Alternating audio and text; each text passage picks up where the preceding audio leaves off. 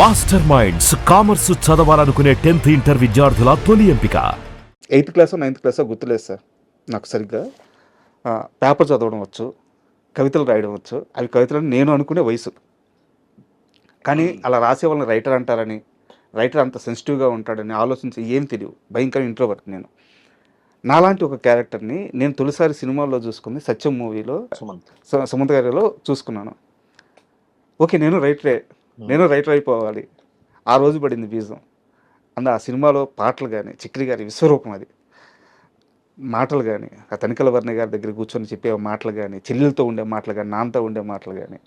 So ఆ సినిమాకి మీరు ఫస్ట్ డైలాగ్స్ రాశారు. ఏ రోజన్నా మీరు కనిపిస్తే నేను మీకు థ్యాంక్స్ చెప్దామని చెప్పి అనుకున్నాను. ఎందుకంటే ఒక వ్యక్తిని ప్రభావితం చేసిన సినిమా, ఒక వ్యక్తిని ప్రభావితం చేసిన పని, ఆర్ట్. నేను ఒక్కరినే అవ్వచ్చు, నాలాగా ఇంకెవరైనా ఉండుండొచ్చు, బట్ నా జీవితానికి ఉపయోగపడే సినిమా అది. Thank you sir, thank you. ఆ సత్యం ఎక్స్పీరియన్స్ ఏమైనా చెప్పండి సార్. డైరెక్షన్ కోసం కథ రాసాం, శ్రీచంద్ర. అది రోజు వెళ్ళి సుప్రియ గారికి చెప్పాలి. సుప్రియ గారు వాళ్ళ అన్నయ్య సుమంత్తో సినిమా తీస్తుంది అని ఆశ. అప్పుడు సుప్రియ ఏంటంటే ఆహా అనే ఒక సినిమాతో ఎగ్జిక్యూటివ్ ప్రొడ్యూసర్గా వచ్చి అన్నపూర్ణ స్టూడియోస్, చిన్న అమ్మాయి, నాకంటే 25 ఏళ్ళ అమ్మాయి ఏమో నేను అప్పుడు వెళ్ళేటప్పటికి. మరి ఇప్పటికీ అలాగే ఉంది అమ్మాయి, అప్పుడు చాలా ఎక్స్పీరియన్స్డ్గా ఉంది. ఇప్పుడు ఆశ్చర్యపోతున్నా నేను. ఆ 25 ఏళ్ల వయసులోనే చాలా మెచ్యూర్డ్గా ఆలోచించేది, చాలా చాలా ప్రొడక్టివ్గా ఆలోచించేది. అమ్మాయి కథ చెప్పాం. కథ చెప్తే బాగుంది బాగుంది బాగుంది బాగుంది సుమంత్కి చెప్పించారు ఒకరోజు. 3 నెలల తర్వాత సుమంత్ విని బాగుంది బాగుంది నాగార్జున గారికి చెప్పాలన్నారు. నాగార్జున గారికి ఓ రోజు చెప్పడానికి వెళ్ళామండి అన్నపూర్ణ స్టూడియోస్లో.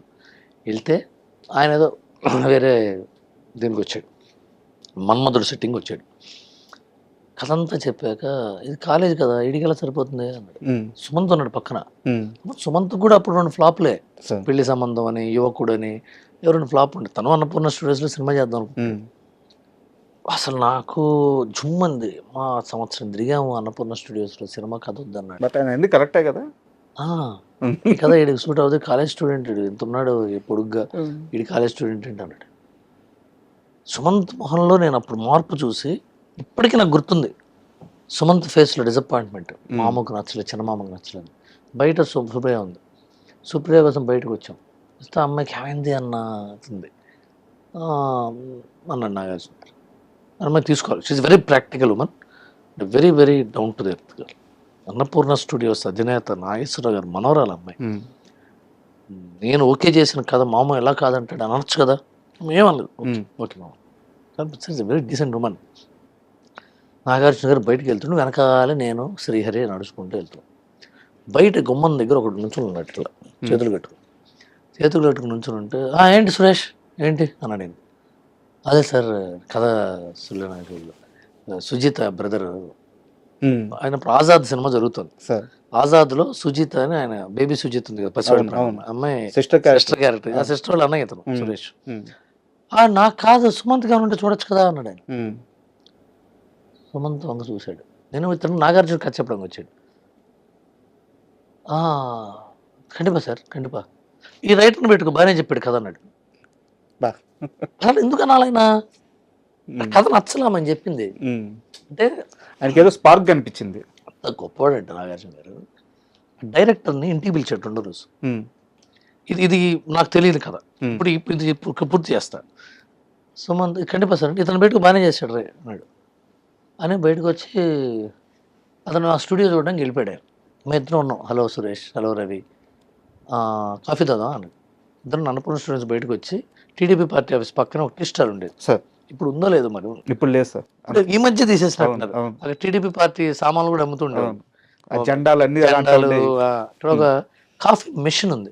ఫస్ట్ టైం నేను మెషిన్ చూస్తుండే అక్కడే. నొక్కితే కాఫీ రావడం ఏంటని ఆశ్చర్యం కదా. ఇప్పుడు సుమంత్కి ఏం చెప్తాం. ఆయన నాగార్జున గారు వెళ్ళే ముందు ఏం చెప్పాడంటే, సుమంత్ ఫెయిల్యూర్లో ఉన్నాడు, ఒక ఫెయిల్యూర్ స్టోరీ చేయండి, అందరూ తిట్టాలి క్యారెక్టర్స్, కానీ అతను మంచివాడై ఉండాలి, అతను గొప్పవాడై ఉండాలి, కానీ ఎవరికి తెలియకూడదు. ఇట్లా ఏమైనా కథ రాసుకోండి అన్న. వెళ్తుంటే నేను అన్నాను, నాకు ఒక ఐడియా ఉంది. విశ్వనాథ్ గారి సినిమా ఈటీవీలో వేశారు. సినిమా ఈటీవీలో మధ్యాహ్నం సినిమా, సాయంత్రం సినిమా వేసేవాడు. ఈటీవీలో సినిమా ఉంది, దాని పేరు చెల్లెల కాపురం, విశ్వనాథ్ గారిది. ఆ కథ ఏంటంటే, ఒక పోయెట్ ఉంటాడు, వాడు ఇంకో పోయిట్ దగ్గర జూనియరు ఆ చెల్లెల పెళ్లి కోసం అతని దగ్గర పనిచేస్తుంటాడు. కానీ అక్కడ రీజన్ అతను నల్లగా ఉంటాడని ఇన్ఫీరియారిటీ కాంప్లెక్స్. అది తీసేస్తే గనక అది బాగుంటుంది అని ఇట్లా ఇట్లా ఇట్లా చెల్లెల కోసం ఒక అన్నయ్య ఒక లిరిక్ రైటర్ దగ్గర గోస్ట్గా పనిచేసి వెళ్తుంటాడు. ఈ లవర్ ఏమో అతను లిరిక్ రైటర్ లవ్ చేస్తుంటుంది. అతని సాంగ్స్ అనుకొని సాంగ్స్ అతను గౌరవిస్తుంటుంది. ఇతనే పక్కన ఉంటాడు, అతనికి తెలియదు ఈ అమ్మాయి. ఇది కదా అంటే సూపర్ అని సురేష్ మళ్ళీ వచ్చాడు. అప్పుడే నాగార్జున కారెక్కుతున్నాడు. కారెక్కుతుంటే సార్ ஒரு కథ ఇరుకు సార్ అన్నాడు. అప్పుడే ఇరుక వీడేం చేశాడు సురేష్ పెద్ద ఇంకో కథ రాశాడు. సార్ నేను హీరోగా చేయడం కోసం కథ రాసుకున్నాను సార్, అది మీరు అడుగుతున్నారు కాబట్టి చెప్తాను అనుకుంటున్నాను. నువ్వు హీరో ఎప్పుడేం చేయొచ్చా, ఇప్పుడు నాకు కథ కావాలి కదా నువ్వు చెప్పు అన్నాడు. చెప్పాడు. బాగానే ఉంది, ఇది బాగుంటుంది సుమంత్ చేస్తే. ఓ సూపర్ గుడ్ వాళ్ళు చేస్తారు కదా, రాజా, సూర్యవంశం, అలా హీరో మంచోడు కానీ అందరూ తిడుతూ ఉంటారండి, అలాంటి స్టైల్ ఇది. ఇది వర్కౌట్ అవుతుంది, విజేత ఈ స్టైల్లో ఉంది, ఇది చేద్దాం. ఇది కూర్చోబెట్టు సుప్రియ, మనం కాటేజీలో కూర్చోబెట్టి చేయించు చేద్దాం అన్నాడు. ఓకే అయిపోయింది సినిమా. జడ్జిమెంట్ సార్, ఓకే అయిపోయింది సార్, స్పాట్లో ఆ జడ్జిమెంట్ ఓకే. సో ఆ రోజు జడ్జిమెంట్తో నా జీవితం స్టార్ట్ అయ్యింది సత్యంలో. అక్కడి నుంచి ఇంకా ఎస్ గోపాల్ రెడ్డి గారు కెమెరామెన్ గారి ఇన్వాల్వ్మెంట్, ఆయన కూర్చోబెట్టి ప్రతి కథ వినేవాడు, సీన్ వినేవాడు. తమిళ డైరెక్టర్ కదా అతను. చక్రి, అసలు చక్రి సార్ నాకు భాస్కర్ భట్ల రవికుమార్ అనే గొప్ప స్నేహితుడు దొరికింది ఆ సినిమాతో. కందికొండ దొరికింది ఆ సినిమాతో. చక్రి గారు బాగా క్లోజు నాకు, అప్పుడే పరిచయం. అప్పటి నుంచి అతను వస్తే అప్పుడే బాచి రోజు సాయంత్రం కాటేజీకి వచ్చేవాడు. అతనికి ఫుల్ మందు, ఆయన ఫుల్లీ లోడెడ్. ఆయన తాగొచ్చేవాడు ఒక్కోసారి. మేము అన్నపూర్ణ స్టూడియోస్ ఇక్కడ చేయకూడదని బయటికి తీసుకెళ్ళాం, మాకు ఫ్లాట్ ఉంది, లేకపోతే తన ఇంటికి వెళ్ళేవాళ్ళం. స్టూడియో తప్పు కదా, అంత మళ్ళీ వచ్చి ఇక్కడ కూర్చొని భోజనం చేశాడని ఇక్కడికి వచ్చేవాళ్ళు స్టూడియోకి. వచ్చి ఒకసారి పాట ఇవ్వడు, బాగా చెప్తున్నాం ఏదో చెప్తున్నాం, నడుచుకుంటూ బాత్రూమ్కి వెళ్ళాడు. నేను కూడా బాత్రూమ్కి వెళ్ళాను. అతను తాగితే పడిపోయి గోడకు ఆనుకుపోయాడు. గోడకు ఆనుకుపోయాడు ఇట్లా అంటే పక్కనే ఉన్నా నేను. అన్నాడు. నేను డైరెక్టర్ని పిలిచేది, గొణుకుతున్నాడు చూడండి, పాట ఏమో అది అంటే మచ్చా సూపర్ మచ్చా ఏదో ఒకటి పాడు కదా అది వచ్చి బాగుంది అన్నాడు. బాగుంది నువ్వు అసలు సూపర్ అని చెప్పి కూర్చోబెట్టి మళ్ళీ పాడమంటే మధురమే మధురమే మధురమే నీ నడకే చూస్తే పాటది కందికంట ఫట్ ఫట్ ఫట్ ఫట్ రాశాడు. అదే ఇట్లా వచ్చినాయి అసలు.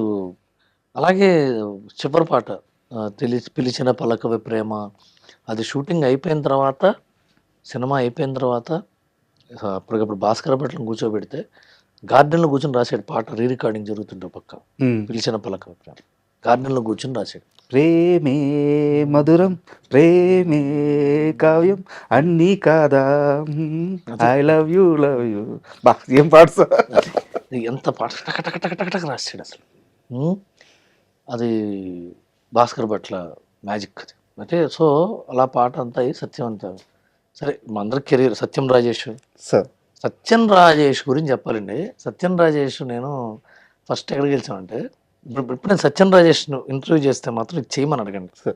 సత్యం రాజేష్ స్లో మోషన్లో నడవటం అనే విద్య తెలుసు. ఓకే, మామూలుగా నడుస్తాం కదా, అదే స్లో మోషన్లో ఇట్లా నడుస్తుంటాడు. అదొక విచిత్రమైన స్టైల్, అప్పటికి రాదు అది. ఫాస్ట్గా నడుస్తాం, స్లోగా ఎలా నడుస్తాం, ఏదో మనం టీవీలో ఇలా స్లో మోషన్ పెడితే చేస్తారు కదా. జోరుగా హుషారు కానీ చంద్రమహేష్ సినిమాకి, చంద్రమహేష్ గారు కూడా చేశారు, అది కూడా చూశాను. ఆ చంద్రమహేష్ గారి సినిమాకి అతను యాక్టర్గా వచ్చాడు, చిన్న యాక్టర్. ఓకే, దాంట్లో మా ఫ్రెండ్ జేకే అని అబ్బాయి మా రూమ్మేట్ ఉంటే అతన్ని పెట్టడానికి, దానికి కోటాల శివ డైలాగ్ రైటర్ జోరుగా హుషారుగా. సో ఆ జేకేని పెట్టడానికి వెళ్ళినప్పుడు సత్యం రాజేష్ స్లో మోషన్లో భలే ఉన్నాడే అనుకుని మా ఆఫీస్కి, మా రూమ్కి వస్తే అక్కడ సత్యం డైరెక్టర్ సూర్యకిరణ్ పరిచయమే సురేష్. ఆ సినిమాలో పెట్టాం. అతనేంటి, అతనికి వర్షం సినిమా వచ్చింది. ఓకే, ఆ టైంలో వర్షం మరి ఎంఎస్ రాజు గారు పెద్ద కంపెనీ, అవును, పెద్ద ఒక్కడు ప్రొడ్యూసర్, ఆయన పెద్ద కంపెనీ కదా. అలాగే వర్షం షూటింగ్ ఉంది, మాకు వర్షం షూటింగ్ ఉంది అనేవాడు. ఇక్కడేమో నీ మీద పాట ఉంది, 2 మొక్కజొన్న పొత్తులు ఉన్నాయి, తిందువారు ఉంది, ఓరి దేవుడా ఉంది అని సత్యం రాజేష్. సత్యం కూడా బాగా ఫ్రెండ్లీగా ఉండేవాడు అండి. పైగా అతను వైజాగ్, మా సిస్టర్ అతను కొలీగ్ ఏదో కంపెనీలో, తర్వాత తెలిసిందే. సో అతనికి సత్యం రాజేష్ అందరికంటే ఎక్కువ సత్యం వల్ల సక్సెస్ అయింది సత్యం రాజేష్. కరెక్ట్ సార్, ఆయన పేరే అది అయిపోయింది కదా డిసిప్లిన్డ్ పర్సన్. చూడండి అప్పటికిప్పుడు రివర్ట్లా యాజ్ ఇట్ ఈస్ ఉంటాడు. సార్. Disciplined.